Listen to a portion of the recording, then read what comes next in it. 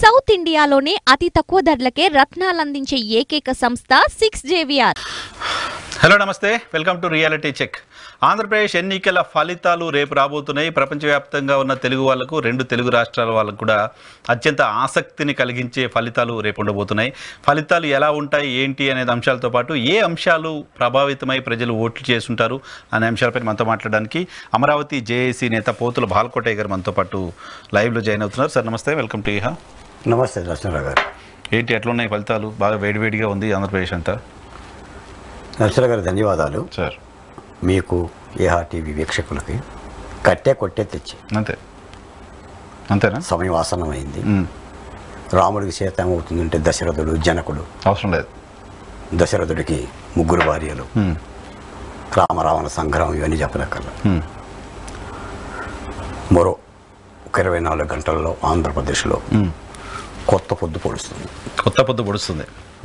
పక్క నారా చంద్రబాబు నాయుడు అని నేను చట్టాల ద్వారా, శాసనాల ద్వారా నిర్మితమైన ఆంధ్రప్రదేశ్ రాష్ట్ర ముఖ్యమంత్రిగా ప్రమాణ స్వీకారం చేస్తున్నాను అనే మాట మీరు వింటారు. నేను ఈ మాట ఎందుకు చెప్తున్నానంటే, మీరు ఎన్నో ఎగ్జిట్ పోల్స్ ఉన్నారు ఇప్పుడు దాకా. నేను ఎగ్జాక్ట్లీ ఓట్సే చెప్తున్నా. నేను బాధితుడిని ఆంధ్రప్రదేశ్లో. ఎట్లా? ఎవరికి బాధితుడు? నేను బాధితుడిని, ప్రభుత్వ బాధితుడు. రాజధాని అమరావతిలో కానీ దళితుల మీద జరిగిన దాష్టీకాల్లో నేను సాక్షిభూతం. నేను ఎవరికి ఓటేశాను, ఎవరికి ఓటేస్తాను? ఆబ్వియస్లీ ప్రభుత్వానికి వ్యతిరేకంగానేగా.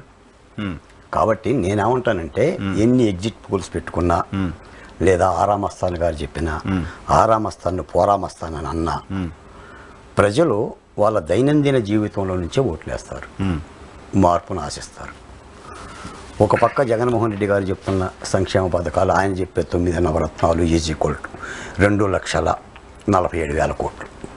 ఓన్లీ దర్శాల జగన్మోహన్ రెడ్డి. 2,47,000 కోట్లు జగన్మోహన్ రెడ్డి. ఇక తైమాన్ని చూస్తాడు. 13 లక్షల రూపాయల అప్పు, రాజధాని లేని తనము, విశాఖ ఉక్కు కార్మికుల ఆవేదన, లేదా ప్రత్యేక హోదా, ఉద్యోగాలు, నిత్యావసర ధరలు, పెట్రోలు, డీజిల్, చెత్త పన్ను, ఇవన్నీ కూడా ఓట్లలో ప్రభావం. చెప్పినట్లు సగం బీజేపీకి సంబంధించినగా. మాకు సాంతనంగా ఏ ప్రభుత్వం, ఏ రాష్ట్రంలో కూడా రాష్ట్ర ప్రభుత్వంలో ప్రధానంగా చూస్తాం. విశాఖ ఉక్కుకి రాష్ట్ర ప్రభుత్వం ఏం చేసేది? నువ్వు ఇచ్చిన భరోసా ఏముంది? ప్రత్యేక హోదాకి రాష్ట్ర ప్రభుత్వం ఏం చేసేది? ఇప్పుడు ప్రత్యేక హోదా నువ్వే కదా చేస్తానంది. 22 మందిని ఇస్తే గుంజుకొస్తానన్నావు కదా. కాలర్ బట్టి ఇప్పుడు ఆయన వదిలేసారు, పెట్టనేది ఇచ్చావా? ఆయన వదిలేసారు, మీరు వదిలేసారు. ఆయన వదిలేసాడు, నేను వదిలేసాడు కాదు. నేను పౌర సమాజం నుంచి మాట్లాడుతున్నాను. నువ్వు 2019 ఏం చెప్పావు? ప్రత్యేక హోదా గుంజుకొస్తానన్నా, 22 ఇస్తే గుంజుకు రాలా. మీరు తేలేదా? ఆయన తెస్తా అని చెప్పాడు 2014లో చంద్రబాబు నాయుడు గారు. ఆయన తేలేదు కాబట్టి నువ్వు తెస్తానన్నావు కదా. ఈయన తేలేదు, అందుకని ముగ్గురు కలిసి వెరసి ఇక్కడ ప్రజలు చూసేది ఏంటంటే, కేంద్ర ప్రభుత్వమా, రాష్ట్ర ప్రభుత్వమా, పాత ప్రభుత్వం ఏం చేసింది కాదు. ఈ రోజున మీరు ముఖ్యమంత్రి, నరసింహరావు ముఖ్యమంత్రిగా ఏం చేశాడు ఇదే చూస్తాడు. మీకు చాలాసార్లు నేను చెప్పాను, కొండ మీద తోడేలు ఉంది, కొండ కింద మేకపిల్ల నీళ్లు తాగుతుంది. తోడేలు మేకపిల్లని మందలిస్తుందంటే నీళ్ళు ఖరాబు చేస్తున్నావని. చంద్రబాబు నాయుడు గారు దిగిపోయిన ముఖ్యమంత్రి, మాజీ ముఖ్యమంత్రి, మీరు ముఖ్యమంత్రి, మీరేం చేశారనేది ప్రజలు ఆలోచిస్తారు. ఓట్లు జరిగింది కూడా దీని మీద. ఓట్లు జరిగింది ప్రక్రియ కూడా ప్రభుత్వాన్ని ప్రేమిద్దామా, అంతే. జగన్మోహన్ రెడ్డి గారిని ఉంచాలా దించాలనేదే ప్రక్రియ. దించాలనుకుంటే దించేస్తారు, ఉంచాలనుకుంటే ఉంచేస్తారు. ఈ రెండు ప్రక్రియలు. మనకి టోటల్గా ఆంధ్రప్రదేశ్లో 5 ఏళ్ళుగా మనకి ఏం కనిపిస్తుంది వాతావరణం అంటే, అన్ని సామాజిక వర్గాలు రహదారుల మీదకి వచ్చిన మాట యథార్థం. ఎవరు ఇళ్లలో నిద్రపోవాల.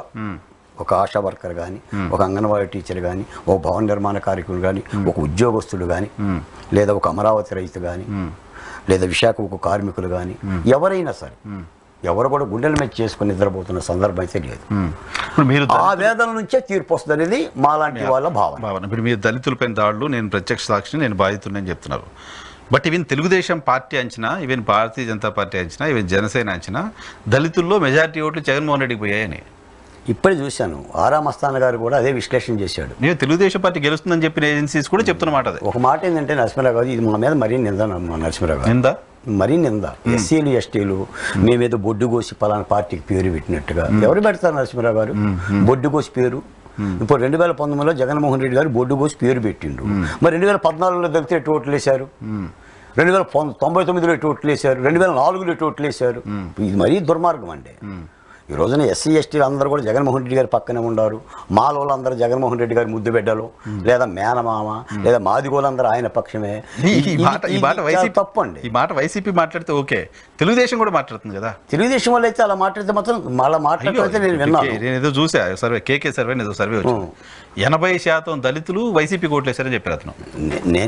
ఆ సర్వేలో 150 సీట్లు టీడీపీకి వస్తాయని చెప్పారు. నాకు తెలిసింది ఏంటంటే నరసింహరావు గారు, ఈ కులం కాబట్టి ఈ కులానికి ఓటేసింది, ఈ కులం కాబట్టి ఈ కులానికి ఓటేసింది అనే భావం కానీ ఆ విధమైన విశ్లేషణ మాత్రం కరెక్ట్ కాదు. దేశం అంటే మట్టి కాదు, దేశం అంటే మనుషులోయ్, ఆ మనుషులు కూడా పీడిత తాడిత ప్రజలోయ్. అంటే అన్ని సామాజిక వర్గాల్లో పేదలు ఉంటారు, అన్ని సామాజిక వర్గాల్లో ఆశావాహులు ఉంటారు, బాధితులు ఉంటారు. ఒక ఎస్సీలలోనో ఎస్టీలలోనే కాదు. అంటే ఓట్లు కూడా అలా జరిగింది. 4,16,00,000 మంది ఓటర్లలో 3,39,00,000 మంది ఓట్లు వేశారు. ఇది ఒక మాలమాదిగల పంచాయతీ కాదు. నేను ఒకసారి ఢిల్లీ వెళ్ళినప్పుడు ఇలాగనే డాక్టర్ సుధాకర్ మీదను అచ్చెన్న మీద జరుగుతున్న దారుణాల మీద కాస్త పార్లమెంట్లో ప్రస్తావించండి అని నేను ఒక రాజ్యసభ సభ్యుడిగా చిన్న మెమోరాండం ఇస్తే ఆయన నన్నే అన్నాడు ఢిల్లీలో, బాలకోట గారు జగన్మోహన్ రెడ్డి గారిని గెలిపించింది మీ కులాలే కదా అని. ఒక కులం వేస్తే ప్రభుత్వం వస్తుందనేది నేనైతే భావించట్లేదు సార్. ప్రభుత్వం రాదు కానీ ఆ కులాలు అండగా ఉన్నాయి ఆయనకి ఇంప్రెషన్ ఉంది బయట. ఇప్పుడు ఆ ప్రభుత్వం చేసే పనుల నుంచేసి ఏదైనా ఆశిస్తారు తప్ప అన్ని కులాల్లోనూ ఉంటారు. ఇప్పుడు మొన్న మన మాటకు వచ్చారు, మీరు అడిగారు కాబట్టి 2019 ఎన్నికల్లో చంద్రబాబు నాయుడు గారు సామాజిక వర్గం జగన్మోహన్ రెడ్డి గారికి చేయలేదా? చేశారు. ఇప్పుడు ప్రజాస్వామ్యంలో ఏంటంటే ఉండ ప్రభుత్వం మేలు చేసిందా చేయలేదా అనే ప్రక్రియలు ఇస్తారు. ఇంకోటి అంటే ఇప్పుడు అన్ఫార్చునేట్ ఎందుకు చెప్తానంటే ఆంధ్రప్రదేశ్లో ప్రభుత్వం మంచి చెడు కంటే కులాల వారీగా విడిపోయి ఓట్లు వేసుకున్నమాట నిజం కదా బాలకోట గారు? నిజం కాదంటే ప్రభుత్వాలే ఆ విధమైన గడ్డంకి నిప్పు పెట్టినాయి. ఇప్పుడు ప్రాంతాల వారికి కూడా పెట్టినాయి కదా నిప్పు, అమరావతి లేకపోవటం మూలాన. అమరావతికి ముందు మేము ఎప్పుడు కూడా రాయలసీమ, ఉత్తరాంధ్ర, కోస్తాంధ్ర అని మాట్లాడుకోలేదు కదా. ఇప్పుడు అమరావతి నీ కోర్టు ఇస్తా, నీకేం కార్యనిర్వాహకం ఇస్తాననగా ఆ భావం కలుగుతుంది కదా. కులాల వారిగా మాట్లాడే పరిస్థితి, రాజకీయాలని కులాలు లేకుండా మాట్లాడడం, చర్చ చేయడం అనేది ఇంకా అసలు సాధ్యం కాదు. సహజంగా నరసింహరావు గారు మీరు సీనియర్ జర్నలిస్టు, ప్రాంతాలనే కులాలనే మతాలనే పీఠాలు చేసుకొని రాజకీయాలు చేయటం అనేది రాజకీయ పార్టీలకి ఉన్న విషయం. ప్రధాని నరేంద్ర మోదీ గారు ఆంధ్రప్రదేశ్లో కూటమికి సంబంధించిన నాయకుడు 10 ఏళ్ళు పరిపాలించిన తర్వాత ఆయన కాంగ్రెస్ వస్తే ఈ దేశంలో ఆస్తులన్నీ ముస్లింలకి ఇచ్చేస్తుందని చెప్పారు. ఆయన స్టేట్మెంట్ ఇచ్చారు. ఏమంటుందని? ఇప్పుడు ప్రధానమంత్రి 10 ఏళ్ళు రూల్ చేసిన తర్వాత ఆ మాట మాట్లాడితే ఏం చెప్తారు? మీరు సామాజిక ఉద్యమాలు చాలా చేసిన వాళ్ళు, సామాజిక స్పృహ ఉన్న వాళ్ళు చెప్పండి. మోడీ గారు నేను దైవాంశ సంభూతున్నాను కూడా అన్నాడు. ఆ మాట మోడీ దగ్గర నుంచి ఎక్స్పెక్ట్ చేస్తాం మనం ఇంకంత విశ్లేషణ. మా పరిస్థితి అంటే నరసింహ గారు ఒక యథార్థం చెప్తాను, అసలు ఢిల్లీ పేట గురించి ఆలోచించే పరిస్థితులు లేవండి మేము. లేరు. మా రాష్ట్రం ఏంటి, మా రాష్ట్రంలో మార్పు ఏంటి? నిజంగా నాలాంటి జర్నలిస్టు దేశ రాజకీయాల గురించి కూడా ఆలోచించే జర్నలిస్ట్ని ఇక్కడ అంటే ఇంటిని చక్కదిద్దుకునే పరిస్థితిలోనే అయిపోయిన పరిస్థితిలోకి ఈరోజు వచ్చాం. ఇప్పుడు కూడా టెన్షన్. ఇప్పుడు ఈ రోజున ఎగ్జిట్ పోల్స్ వస్తే అసలు ఎప్పుడు తెల్లారుతుందా, ఎప్పుడు ఫలితాలు వినాలా, నిద్రలో పోతున్న పరిస్థితి లేదు. ఒక టెన్షన్ క్రియేట్ అయింది. అసలు ఇన్ని రాష్ట్రాల్లో ఎన్నికలు జరుగుతుంటే ఇటు చూడలేదు అందరూ. దేశం లేదు అంతా. ఇప్పుడు తెలంగాణ ఎలక్షన్ జరుగుతుంది. తెలంగాణ ఎలక్షన్ పేరు కూడా ఎవరికి పెద్దగా ఇంట్రెస్ట్ లేదు ఇప్పుడు ఇక్కడ. ఆ విధమైన పరిస్థితికి ఆంధ్రప్రదేశ్ వచ్చింది. ఏదైనా ఒక ఉత్కంఠ భరితమే. కాకపోతే ఒక మాట నేను చెప్తాను సార్, నేను గతంలో కూడా చెప్పాను, నేను జగన్మోహన్ రెడ్డి గారు ఏదో అలా తోసేస్తే పడిపోయే పెట్టబడ, ఇలా ఊదేస్తే ఎగిరిపోయే ఆకు అని చెప్పి నేను ఎప్పుడు చెప్పలా. జగన్మోహన్ రెడ్డి గారి బలమైన నాయకుడే, 151 అసెంబ్లీ సీట్లు కలిగిన నాయకుడే. కాబట్టి కూటమి పార్టీలు కానీ లేదా ప్రతిపక్షాలు కానీ చాలా సామాజిక సమతూకంతో మీరు యుద్ధం చేయాలి, మీరు కలిసికట్టుగా చేయాలి, ఉద్యమ శక్తులను కలుపుకోవాలని చెప్పేసి పదే నేను కూడా మాట్లాడిన వల్లనే ఆ సన్నివేశంలోనే వెటకేలకు ఏదైనా 175/2 = 88 కావాలి ఏ ప్రభుత్వానికైనా. ఆ సంఖ్యామానం అయితే దాడుతుంది. నేను ఇన్ని వస్తాయి అని చెప్పని ఒకేసారి మన ఆంజనేయుడితో అంత రాగం ఇలా తీసేసి తర్వాత ఇంత అని చెప్పి నేను చెప్పను. కానీ ప్రభుత్వం మారుతుంది. అది మీరు బిలీవ్ చేస్తున్నారు? కూటమిగా మారుతుంది. సో కూటమిగా 88 దాటుతారు అనేది బిలీవ్. దాటుతారు. ఈ 3 పార్టీలు కలవటం అనేది కూడా ఒక మంచి బలమైంది. 3 పార్టీలు కలవడం వల్ల మైనస్ అయిందని చర్చ చూసామే ఇంతకుముందు. లేదు సార్, నేను కూడా అనుకున్నాం. ఇప్పుడు జగన్మోహన్ రెడ్డి గారు పదే పవన్ కళ్యాణ్ గారిని ఎందుకు టార్గెట్ చేశాడు? కాపు సామాజిక వర్గంలో కూడా కొంతమంది ఉద్దండ నాయకులను ఎందుకు ఉసిగొలిపాడు అంటే పవన్ కళ్యాణ్ కలవటం వలన తెలుగుదేశం పార్టీ బలపడుతుందనే భావంతోనే. కానీ కలయిక జరిగింది, ట్రాన్స్ఫర్ జరిగింది, వెళ్ళకూడదాం అనుకున్న వ్యక్తిని ట్రాన్స్ఫర్ కూడా జరిగింది. మేము అనుకున్నాం కొంతమంది కాపు సామాజిక వర్గ నాయకులు మాట్లాడటం వలన సైకిల్కి గ్లాస్ ట్రాన్స్ఫర్ కాదు, గ్లాసుకు సైకిల్ ట్రాన్స్ఫర్ అయ్యిద్దని అనుకున్నాం. విశ్లేషణలు కూడా కొన్ని అలాగనే వచ్చినాయి. కానీ సాలిడ్గా జనసేన ఓటర్లు సైకిల్కి ట్రాన్స్ఫర్ అయ్యారు. ఇంకో మాట కూడా చెప్తా, మీరు రేపు కూడా మీరు విశ్లేషణ చూడండి. అసలు జనరల్గా భారతీయ జనతా పార్టీతో పొత్తు పెట్టుకుంటే మైనారిటీలు దూరం అవుతారంటారా? ఇప్పుడు ఈ సంఖ్య కూడా తగ్గింది, అవునా? తగ్గింది. ఇప్పుడు పశ్చిమ విజయవాడలో మన సుజనా చౌదరి గారు ఓడిపోతారని చెప్పి 1-2 ఛానల్లో నేను చూశాను. మేమైతే చాలా బలంగా నమ్ముతున్నాం సుజనా చౌదరి గారు కూడా గెలుస్తారు. అంటే ఆ ప్రభావం పడకుండా చంద్రబాబు నాయుడు గారు అడ్డుకున్నాడు, మైనార్టీల ప్రభావం పడకుండా. మాకే కాడికి ఏంటంటేనండి, జగన్మోహన్ రెడ్డి వర్సెస్ చంద్రబాబు నాయుడు, బీజేపీని చూడాల, జగన్మోహన్ రెడ్డి చంద్రబాబు నాయుడు వర్సెస్ ఈ ఇద్దరు నాయకుల మధ్య లేదా కూటమి వైసీపీ ఈ మధ్యనే యుద్ధం జరిగింది. ఎందుకంటే అక్కడ స్థానిక రాష్ట్రమో స్థానిక పరిస్థితుల నుంచి యుద్ధం జరిగింది. అసలు నేషనల్ యాంగిల్లోకి ఎవరు పోలేదు కదా సార్. మీరు మోడీ గారు విజయవాడ వచ్చేసేసి ఏమి హామీ ఇవ్వకపోయినా అమరావతి గురించి కానీ మనం చాలామంది మీలాంటి విశ్లేషకులు మాట్లాడారు, అలా ఒక హామీ అన్న ఇవ్వకుండా పోతే ఎలానని. కానీ ఆ ప్రస్తావన లేకుండా పోయినా కూడా సర్దుకున్నారుగా కూటమి పార్టీలు కలిసికట్టు. కానీ అందుకని ఇచ్చిపుచ్చుకునే దగ్గర కానీ సీట్ల పంపకంలో కానీ మీకు పవన్ కళ్యాణ్ గారు చెప్పిన మాటే చెప్తా, ఎదిగేందుకు నేను ఒదిగాను అని చెప్పాడు. ఆ సముజ్జి ఆ కూటమి కొంత ఫలప్రదమైంది. ఒక మాట చెప్పాలి సార్, 73 సంవత్సరాల వయసులో చంద్రబాబు నాయుడు గారు నిర్వహించిన సభలు కానీ ఆయన యొక్క ఎన్నికల ప్రచారం కానీ ఎప్పటికప్పుడు రాష్ట్ర ప్రభుత్వం మీద నిప్పులు జరిగిన తీరు కానీ లేదా ల్యాండ్కి సంబంధించిన టైటిల్ యాక్ట్ కానీ వీటన్నిటిని మేము మాట్లాడుతున్న ఈ యొక్క అరాచకాల గురించి, మా సుధాకర్ గురించి, సుబ్రహ్మణ్యం గురించి కూడా ఇవన్నీ కూడా చాలా విస్తృతంగా తీసుకెళ్లారు. జగన్మోహన్ రెడ్డి గారి కంటే చంద్రబాబు నాయుడు గారు ఎక్కువ సభలు పెట్టారు. ఆఖరికి చంద్రబాబు నాయుడు గారి భార్య భువనేశ్వరిదేవి తిరిగింది, లోకేష్ గారి భార్య బ్రాహ్మణి గారు తిరిగింది, కుటుంబ సభ్యులు కూడా రహదారుల మీదకి వచ్చారు. మీకు ఎన్ఆర్ఐలు కూడా వేల మంది, నేను కోమటి జయరాం గారు నేను కూడా అమరావతిలో మన ఒక ఎన్నికల సభలో పాల్గొన్నాను. నేను ఒప్పుకుని కోమటి జయరాం అనే పేరు నాకు నచ్చట్లా. మాట్లాడిన మాట కొంతమంది విన్నారుగా మీరు, నిజమైన మాట.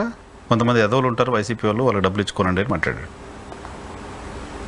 నేనైతే ఓటర్లని వెధవులు అనే మాట తప్పు కదా. నేనైతే అది వినలేదు. పైగా సంస్కారం ఉండే విదేశాల్లో పాల్గొన్న సభలో 4,000 మంది పొరపాటున ఎవరైనా టంగా స్లిప్ అంటారేమో, తర్వాత వెనక్కి తీసుకుని ఉండాల్సిందే, ఆయన తీసుకోలేదు. తప్పనిసరి అలా మాట్లాడితే, అలా ఎవరు మాట్లాడినా మనం ఖండిస్తాము. అంటే నాకు తెలిసి కోమటి జయరాం వ్యాఖ్యలు టీడీపీకి ఎంతో కొంత నష్టం చేసి ఉంటాయి అనుకుంటున్నా. ఇది బాగా వైరల్ కూడా బాగా విపరీతంగా. ఆ తర్వాత ఆయన మళ్ళీ స్టేట్మెంట్ లేదు, కనపడలేదు. చాలా దుర్మార్గంగా మాట్లాడారు. సో ఇప్పుడు జగన్మోహన్ రెడ్డి గారికి సంబంధించి ఆయన చేసిన సంక్షేమ కార్యక్రమాల వల్ల లబ్ధి పొందిన వాళ్ళకంటే ఆయన వల్ల బాధితులుగా మారిన వాళ్ళ సంఖ్య ఎక్కువ ఉంది. కాబట్టి వాళ్ళంతా జగన్మోహన్ రెడ్డి దించాలి అని ఓటేశారు. యాజ్ ఫర్ యూ, ప్రభుత్వం మారుతుంది అనేది ఓటర్ లక్షణంగా ఉంటుంది సార్. నేను ఒక మాట అడుగుతాను నరసింహరావు గారు మిమ్మల్ని. ఇప్పుడు 1985లో ఎన్టీ రామారావు గారు 9 నెలల పార్టీ పెట్టాడు కదా. ఉమ్మడి ఆంధ్రప్రదేశ్లో 294 అసెంబ్లీ నియోజకవర్గాల్లో 230 స్థానాలు వచ్చినాయి కదా. 1989లో ఆయన ఎందుకు దిగిపోయాడండి? ఏ పాపం చేశాడు, ఏ నేరం చేశాడు? అంటే ఎన్నికల్లో ఒక ప్రధానమైన అంశాలు కొన్ని పనిచేస్తాయి సార్. నేను డిబేట్లో కూడా చెప్పా, 2019కి ముందు చంద్రబాబు నాయుడు గారు పట్టిసీమ గట్టి, పోలవరం గట్టి, అమరావతి పెట్టి, పండక్క ఒక బెల్లం చుక్క పెట్టి, ఒక నీతి చుక్క వేసి, చంద్రన్న బీమా పెట్టి, ఆయన పెన్షన్లు ఇచ్చి, ఎంతో కొంత రుణమాఫీ చేసి, ఇన్ని చేసిన తర్వాత చంద్రబాబు నాయుడు ఎందుకు ఓడిపోయారు? అంటే ఒక సామాజిక కులాల సమతూకంలో ఎక్కడో విఫలమయ్యాడు. అందుకని ఓడిపోవటానికి ఇన్ని అంశాలు అక్కర్లేదు సార్. ఈ రోజున మీరు తెలంగాణలో రండి, తెలంగాణలో కేసీఆర్ ఎందుకు ఓడిపోయాడు? అహంకారం. అంటే ఒక ప్రధానమైన అంశాలు పనిచేస్తూ ఉంటాయి ఎన్నికల్లో. ఓటర్లు దాన్ని చూస్తారనేది మా భావన.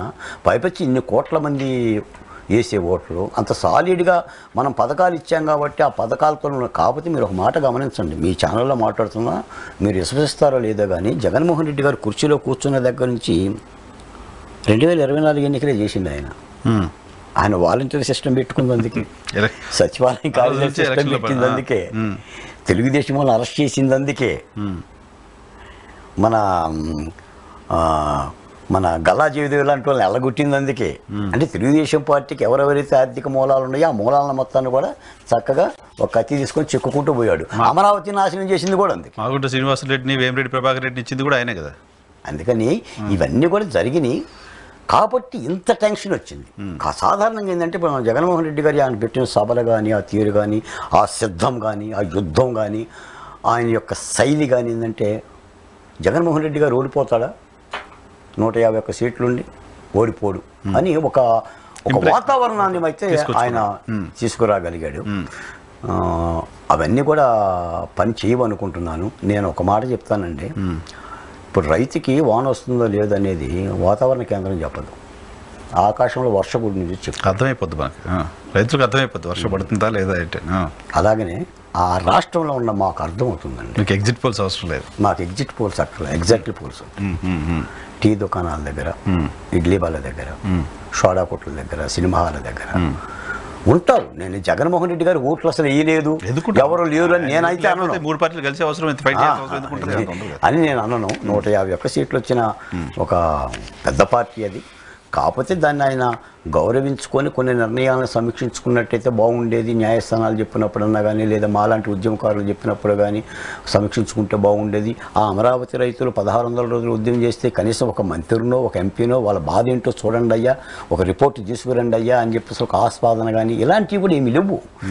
కాబట్టి ఏంటంటే ఒక విషాదకరమైన వాతావరణంలో ఉన్నాం. అక్కడ దాకింది సార్. మేము సేవ్ ఆంధ్రప్రదేశ్ అని మాట్లాడుతుంటే సేవ్ ఆంధ్రప్రదేశ్ కాదు వాళ్ళకోట, స్లేవ్ ఆంధ్రప్రదేశ్ అన్నారు. మీరు బానిసల రాష్ట్రం అన్నారు, నన్నే అన్నారు. ఎవరు అని మాట్లాడుతున్న వాళ్ళు హైదరాబాద్ వచ్చి మాట్లాడుతున్నప్పుడు. అంటే ఏం చేస్తున్నారు మీరు ఎందుకు ఎదురు తిరగడం లేదు, అది ఇది అని చెప్పేసి. అంటే ఒక విధమైన ఇబ్బందికరమైన వాతావరణంలో పరిపాలన సాగిన మాట యథార్థం. అది సో మీరు కోరుకున్నది, పాలన మారాలని కోరుకున్నది దళితులపైన దాడులు అనే అంశమైన అమరావతి అంశం కూడానా? సమస్త రంగాల్లో ఎక్కడ అభివృద్ధి లేదుగా. అమరావతి అభివృద్ధి అనే మాట, ఇప్పుడు బండికి 2 చక్రాలు ఉంటాయి, ఒకటి అభివృద్ధి, 2 సంక్షేమం. ఒక చక్రమేగా ఉంది. నేను సంక్షేమ పథకాలు ఇవ్వలేదని జగన్మోహన్ రెడ్డి గారు కూడా అన్నాను. ఒక చక్రమేగా ఉంది. ఆ చక్రం కూడా ఆదాయం ద్వారా కాదు కదా, ఉండ నిల్వల ద్వారా లేదంటే అప్పుల ద్వారానే కదా. కాదు సరే, మనం లాజికల్గా మాట్లాడదాం. ఆయన అప్పులు తీసుకొచ్చి మీ దృష్టిలో 13 లక్షల కోట్లు అప్పులు చేసి 2,50,000 కోట్లు 40,000 కోట్లు పంచాడు, అభివృద్ధి చేయలేదు యాజ్ ఫర్ యూ, అంతే కదా. ఇప్పుడు చంద్రబాబు నాయుడు గారు పెట్టిన స్కీమ్స్కి 3,5 లక్షల కోట్లు కావాలి ప్రయాణం. అప్పులు చేయడానికి కూడా అవకాశం లేకుండా చేసేసారని చెప్తున్నారు చంద్రబాబు నాయుడు గారు. ఇప్పుడు చంద్రబాబు నాయుడు గారు వచ్చినా అప్పులు కూడా చేసే పరిస్థితి లేదంటున్నారు. ఇవి ఎట్లా అవుతాయి మరి? ఈ లాజిక్ ఆలోచించారు జనాలు. ఇప్పుడు చంద్రబాబు నాయుడు గారు వచ్చిన తర్వాత పరిపాలన అనే కంటే ఇప్పుడు నరసింహరావు గారు ఏం పెడుతున్నది కదా మా ప్రధానమైన అంశం. ఇప్పుడు మీరు చెప్పింది కూడా అది కదా. ఇప్పుడు చంద్రబాబు నాయుడు గారు చెప్పింది కూడా ఇది కదా. మీరు రాజకీయ విశ్లేషణలో పోయారు. ఇప్పుడు ఈ 9 పథకాలకే ఇన్నప్పులు చేస్తే ఆ మేనిఫెస్టో ప్రకారంగా అయ్యే ఖర్చుకు ఇన్నప్పులు చేయాలి, అంతే కదా. ఎక్కడి నుంచి తేవాలి? మీ దగ్గర నిలవలేదు. ఇది పొలిటికల్ డిస్కషన్. మీకు నాకు మధ్య జనాలకు అవసరం లేదా? అంత స్థితికి పోడు. అంత స్థితికి ప్రజలు పోరు కాబట్టి. ఇప్పుడు జగన్మోహన్ రెడ్డి గారు అమ్మఒడి ప్రజలు పోరు కాబట్టి జగన్మోహన్ రెడ్డి గారు అమ్మఒడి 15,000 నుంచి 20,000 ఇస్తాను. 20,000 ఎట్టిస్తాడు? అదేనా? ఎవరిదైనా జగన్మోహన్ రెడ్డిని సమర్థించిన నా ఉద్దేశం కాదు సార్. బట్ మీరు హామీలు ఇస్తున్న సందర్భంలో ఎవరైనా తెలుగుదేశం పార్టీ, మీరంటే తెలుగుదేశం పార్టీ ఇచ్చింది కాబట్టి వాటిని జనాలు బిలీవ్ చేసి ఉంటారా లేదనేది పాయింట్. జగన్మోహన్ రెడ్డి గారు దాన్నే నమ్మారు. జగన్మోహన్ రెడ్డి గారు మేనిఫెస్టోని పలసం చేసుకోవడానికి, మేనిఫెస్టోని తగ్గించుకోవడానికి కారణం ఏంటంటే చంద్రబాబు నాయుడు గారు చెప్తున్న ఈ పథకాలు అమలు జరగాలంటే ఏటా 1,60,000 కోట్ల రూపాయలు కావాలి. నేను ఇవ్వటానికే నన్ను శ్రీలంక, ఆఫ్ఘనిస్తాన్ అని చెప్పి అన్నారు. ఈయన ఎలా ఇస్తాడనేది ఈ ఎదురుదాడే మొదలుపెట్టాడు. ఈ ఎదురుదాడి ప్రజల్లో పనిచేసిందని నేనైతే అనుకోవటం లేదు. ఎందుకంటే ఇప్పటికీ వ్యవసాయ కూలీలు, నిరక్షరాస్యులు, నిరుపేదలు అత్యధికంగా ఉన్న ఓటర్లు అండి. వాళ్ళు నువ్వు ఇది ఇస్తాను అని అంటే ఇస్తాడేమోనని నమ్ముతారే తప్ప ఇస్తాడా లేదనేది తర్వాత ఆలోచిస్తారండి. ఓటరు అలాగనే ఉండడు. కాబట్టే మనం ఆధునిక దేశంలో కూడా ఇన్ని కులాల గురించి మాట్లాడుతున్నాం, ఇన్ని ఇబ్బందుల గురించి జనాలు నమ్మారు, దాన్ని నమ్ముంటారు. తప్పనిసరిగా ఆయన మేనిఫెస్టోని నమ్ముతారు. జగన్మోహన్ రెడ్డి గారు ఒక ఛాన్స్ ఇచ్చాం కాబట్టి ఆయన పరిపాలన చూసాం అనేది నమ్ముతారు. మిగిలిన అంశాలన్నీ నమ్ముతారు. తర్వాత ఏంటంటే చాలా మేరకు నాకు తెలిసి తెలుగుదేశం పార్టీ వాళ్ళు అనుకొని జనసేన అనుకొని కానీ రేపొద్దున కూటమి గెలిస్తే the victory credit goes to people అండి నా దృష్టిలో. రేపు తెలుగుదేశం పార్టీ కూటమి విజయం సాధిస్తే ఆ 3 పార్టీల నాయకులతో పాటు అదొక అంగన్వాడీ మహిళ యొక్క విజయం అవుతుంది, ఒక ఆశా వర్కర్ విజయం అవుతుంది, ఒక అమరావతి రైతు విజయం అవుతుంది. ఇలా ఆయా బాధిత కులాల విజయంగానే, పీపుల్ విజయంగానే, ప్రజా విజయంగానే నేనైతే భావిస్తా. మార్పులు కూడా అలాగనే వస్తాయి. ఇప్పుడు సరే మీ టైం ఎక్కువ తీసుకుని మీరు ఎక్కడికి వెళ్ళాలన్నారు. మీరు అమరావతి ఫేస్ బాలకోట అంటే మేము చూస్తుంది, నేను దాదాపు 3 ఏళ్ళుగా చూస్తుంది అమరావతి ఫేస్గా చూస్తున్నాం. దళిత ఉద్యమాలు, దళిత ఇష్యూస్ ఎలాగ ఉన్నాయి. కూటమి ప్రభుత్వం వస్తే అమరావతి ఎలా ఉంటుంది? అమరావతికి బడ్జెట్ ఎక్కడి నుంచి వస్తుంది? ఏం చేస్తారు? అమరావతి రైతులకి ఒక ప్రధానమైన చాలా అవసరమైన ప్రశ్న ఒకటి అడిగారు సార్. నేనే మీకు గుర్చేద్దాను. చంద్రబాబు నాయుడు గారిలో కొత్త చంద్రబింబం దూరదలుచుకున్నాం. ఒక కొత్త చంద్రబింబం కనిపించాలి. ఎట్లా? 5 ఏళ్ల విధ్వంసం మీద ఒక మంత్రిత్వ శాఖను ఏర్పాటు చేయాలి. ఆ శాఖకు దళితుల్ని మంత్రిగా చేయాలి. డాక్టర్ సుధాకర్ దగ్గర నుంచేసి మాచర్ల జమలయ్య వరకు జరిగిన మొత్తం సంఘటనల మీద విచారణ పర్వం చేపట్టాలి. భూ ఆక్రమణలు కానీ, దోపిడీలు కానీ, లేదా ఇళ్ల స్థలాల్లో అవినీతి కానీ, ఏదైతే తెలుగుదేశం పార్టీ, జనసేన, భారతీయ జనతా పార్టీ జగన్మోహన్ రెడ్డి గారి పరిపాలనలో విధ్వంస పరిపాలనలో ఏదైతే ఆరోపించిందో, లేదా మా ఆలపాటి సురేష్ కుమార్ గారు ఎలా అయితే పుస్తకం రాశాడో, ఒక సమీక్షా కార్యక్రమం చేసేసి ఈ సాంతనం కోరుకుంటున్నామండి. ఈ రోజున సూపర్ 6 మేనిఫెస్టో కానీ, అమరావతి నిర్మాణం కానీ, విశాఖ ముక్కు కానీ, ఇతర అభివృద్ధి కార్యక్రమాలు ఒక చరిత్రచరణంగా కాలానుగుణంగా జరగాలి. నాకు తెలిసి చంద్రబాబు నాయుడు గారు ఇప్పటికిప్పుడు కూర్చొని కూడా వీటన్ని కూడా ప్రక్షాళన చేసే పరిస్థితి లేదు. కూటమి ప్రభుత్వం కాబట్టి వాళ్ళ సముద్యాలు చూసుకోవాలి, వాళ్ళ రాజకీయ ఇది చూసుకోవాలి, ఇవన్నీ ఉంటాయి. బట్ అమరావతి ప్రయారిటీగా ఉండదా? ఫస్ట్ ప్రయారిటీ అమరావతిగా ఉండదా? అమరావతి రాజధానిగా ఉంటుంది. కానీ అమరావతిని తిరిగి ఆయన మళ్ళీ దాన్ని నిలబెట్టడం కోసం ఆఖరికి అక్కడ కంకర, ఇసుక అన్ని కూడా ఎత్తుకుపోయారు. ఇప్పుడు మళ్ళీ ఇసుక కొనుక్కోవాలి ఆయన. కంకర ఇసుక ఎంతసేపు కొంటారులే కానీ కంకర అంటే ఒక కంకర కాదు సార్, ఒక టాటర్ కాదు. అంటే అంత శిథిలం అయ్యింది, అడివయ్యింది. దానిని తీసుకోవటానికి మరి ఆయన యొక్క దూరదృష్టితో మరి ఆయన ఏం చేస్తాడో చూడాలి. మేము అనుకోవడం ఏంటంటే 5 ఏళ్ల విధ్వంస పరిపాలన మీద ఒక ప్రత్యేక మంత్రిత్వ శాఖను పెట్టి దానికి దళితుడిని మంత్రిగా పెట్టి ఈ యొక్క విచారణ పర్వం చేసి దానికి సంబంధించిన దోషుల మీద చర్యలు తీసుకోవాల్సిన అవసరం ఉందనేది మాత్రం రాష్ట్ర ప్రజల తరపున, బాధిత వర్గాల తరపున మాత్రం ఆశిస్తున్న మాట మాత్రం అది మీరు విక్టిమ్స్ పాయింట్ ఆఫ్ చెప్తున్నారు. నేను సెంట్రల్ పాయింట్ ఆఫ్ చెప్తున్నాను. అమరావతి 1,00,000 కోట్లు పెట్టుంటే అమరావతి సెల్ఫ్ సస్టైనబుల్ సిటీ అయిపోయింది, మొత్తం రాష్ట్రాన్ని పోషిస్తుంది అన్నారు. చంద్రబాబు నాయుడు గారు చెప్పిన హామీలు అమలు చేయాలంటే కూడా డబ్బులు కావాలి. డబ్బులు కావాలంటే అమరావతిని పెట్టి దాన్ని సెల్ఫ్ సస్టైన్ చేసి అక్కడి నుంచి డబ్బులు తీసుకొచ్చి ఇవన్నీ చేయొచ్చు. అంటే ఒక ఇబ్బంది ఏంటంటే నరసింహరావు గారు, అంటే మీలా అడిగే వాళ్ళకి నాకు చెప్పే వాళ్ళకి మనకి మధ్య ఒక అంశం ఏంటంటే, అమరావతి అభివృద్ధి చెందాలంటే 1,00,000 కోట్ల రూపాయలు కావాలనేది బూతు మాట అండి. అబద్ధం, అది పచ్చి అబద్ధం సార్. మళ్ళీ నేను ఆ చాప్టర్లోకి వెళ్ళిపోతే మళ్ళీ పాత పురాణం అవుతుందని నేను చెప్పట్లేదు. కానీ 34,348 ఎకరాల్లో ప్రభుత్వాన్ని మిగిలే పొలం ఎంత అండి? నా పాయింట్ ఏంటంటే బాబు గారి విజన్ ఏంటి? మీతో డిస్కస్ చేశారు. మీరు అమరావతి ఫేస్గా ఉన్నారు, అమరావతి కోసం ఉద్యమం చేశారు కాబట్టి అమరావతి ఇక్కడే రాజధానిగా ఉండాలి, డెవలప్ కావాలి అని అనుకుని కూటమికి ఓట్లు వేసిన వాళ్ళ సంఖ్య కూడా గణనీయంగా ఉంది కాబట్టి, సో వాళ్ళకి ఏం చెప్తారు? ఏంటి మీకేమైనా చెప్పారా బాబు గారు? ఏంటి ఎట్లా చేస్తారనేది నా పాయింట్. అమరావతి తిరిగి మళ్ళీ అక్కడే అభివృద్ధి కార్యక్రమాలు జరుగుతాయి, తిరిగి అభివృద్ధి కోరుకుంటుంది, ఒక రాజధాని అంటూ ఉంటుంది.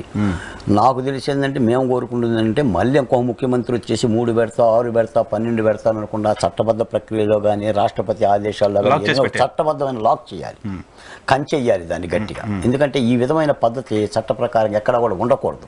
అలాంటి ప్రక్రియ ఏదైనా చేపట్టాల్సిన అవసరం ఉంది. అమరావతిలో శిథిలమైన పనులు కూడా చెయ్యాలి. కాకపోతే ఒక మాట ఏంటంటే, మీ కింద చెప్పబోయేది మొత్తం 34,348 ఎకరాల్లో ప్రభుత్వాన్ని మిగిలేది 10,000 ఎకరాలేనండి. ఆ రోజు మీకు ల్యాండ్ పూలింగ్ సిస్టంలో కానీ, సిఆర్డిఏ యాక్ట్లో కానీ ప్రభుత్వం ఉంచుకుంది 10,000 ఎకరాలే. ఈ మిగిలిన పొలం అంతా కూడా ఆయా సంస్థలకు ఇవ్వటమే. ఆయా పెట్టుబడులకో ఆసుపత్రులకో పెట్టుబడులు పెడితే వాటికి ఇవ్వటమే.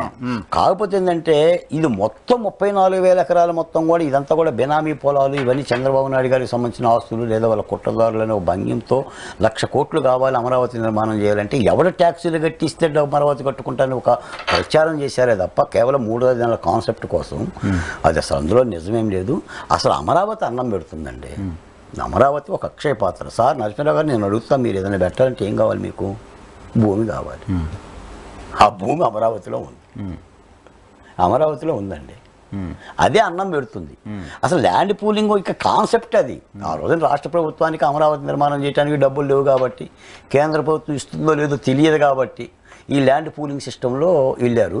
సరే అసలు ఏమీ జరగలేదా బాలకోటయ్య? ఒక్క అవినీతి కూడా జరగలేదా? ఒక ఎలక కూడా బాగలేదా? అందులో ఒక పందికొక్క కూడా బాగలేదంటే అలాంటి తప్పులు జరిగితే సరిదిద్దామని చెప్తాం ఏ ప్రభుత్వానైనా, జేఏసీగా కానీ పౌర సమాజంగా కానీ. అంతే తప్ప ఇంటికి నిప్పి పెట్టమని చెప్పేసి అని చెప్పం. అదే జరిగింది. కాబట్టి అమరావతి నిలబడుతుంది. చంద్రబాబు నాయుడు గారి మీద 100% మాకు ఆ నమ్మకం ఉంది, ఆశలు ఉన్నాయి. దాని యొక్క జీవకర్త అయినా కాబట్టి తిరిగి అమరావతితోనే మళ్ళీ ఆంధ్రప్రదేశ్ వికసిస్తుందని భావిస్తున్నాను. రైట్ సార్, రేపు టైం ఇవ్వండి, కూర్చుందాం రేపు రిజల్ట్ తర్వాత. All the best, thank you very much. చాలా పోరాటాలు చేశారు ప్రభుత్వానికి వ్యతిరేకంగా, ప్రభుత్వం చేసిన తప్పులకు వ్యతిరేకంగా. సో ఆ పోరాటాలకు సంబంధించిన ఫలితం ఉంటుందా లేదా రేపు చూద్దాం. Thank you very much. ఇది ఇవాళ రియాలిటీ చెక్. రేపు షోలో మళ్ళీ కలుద్దాం. చూస్తూనే ఉండండి.